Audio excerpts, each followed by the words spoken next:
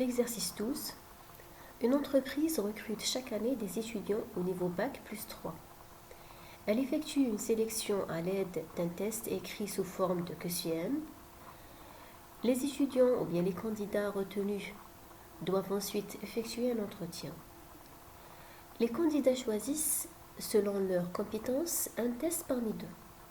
On admet que 40% des candidats choisissent le premier test, à l'issue duquel 10% sont sélectionnés, et que le reste des candidats choisissent le second test, à l'issue duquel 30% sont sélectionnés.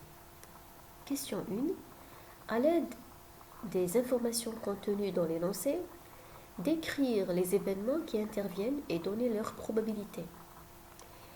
Alors, pour répondre à cette question, il suffit d'utiliser des notations pour désigner les différents événements qui interviennent dans l'énoncé de l'exercice. Donc, on va noter TI.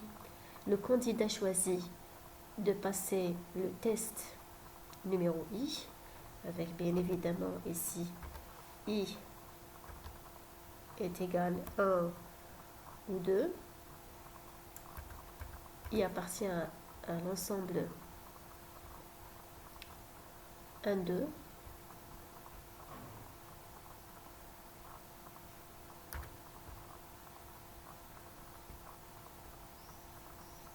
Appartient à l'ensemble 1, 2. Voilà. Et S, c'est l'événement.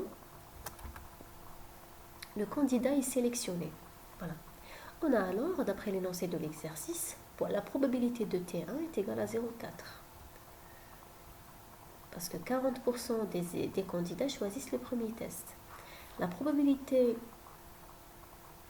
que le candidat soit sélectionné, sachant qu'il a passé le premier test, est égale à 10%. Donc c'est 0,1.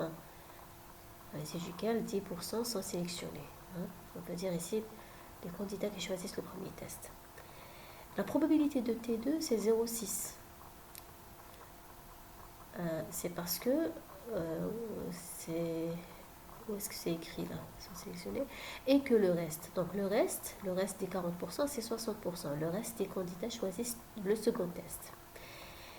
Et enfin, la probabilité que l'étudiant ou le candidat soit sélectionné, sachant qu'il a passé le deuxième test, est égale à 0,3, donc à l'issue duquel 30% sont sélectionnés. Voilà, donc c'est les informations contenues dans l'énoncé de l'exercice.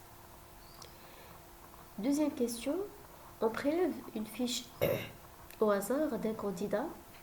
Quelle est la probabilité que le candidat soit sélectionné? Alors, ici, le système T1, T2, l'ensemble des événements T1, T2, forme un système complet d'événements. Leur réunion fait oméga et leur intersection est vide. On utilise alors la formule des probabilités totales. Eh bien, rappelons-nous que la formule de probabilité totale, c'est quoi? C'est en fait la somme la somme des probabilités de tous les chemins qui mènent vers l'événement en question.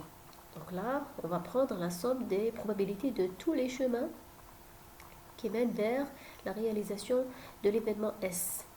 Voilà. Et à l'aide des probabilités conditionnelles, la formule de Bayes, on va écrire cette formule.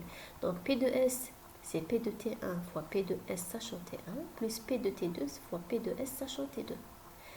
En remplaçant chacune de ces probabilités par sa valeur, donc les 0,4 fois 0,1 plus 0,6 fois 0,3, ça donne 0,22. Troisième question, un candidat est sélectionné. Calculez la probabilité qu'il ait choisi le premier test. Un candidat est sélectionné, alors quelle est la probabilité de T1? C'est la probabilité de T1 sachant S.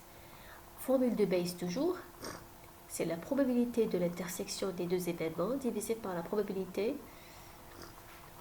de S, la probabilité de l'événement sous lequel est posée la condition. Et donc, encore une fois, encore une fois la loi de Bayes, ou la formule de Bayes, cette probabilité au numérateur, elle peut s'écrire comme ça. C'est la proba de T1 fois la proba de S sachant T1 divisé par la proba de S. On a toutes les valeurs numériques, on remplace et on trouve 2 sur 11. Voilà, un exercice très très simple.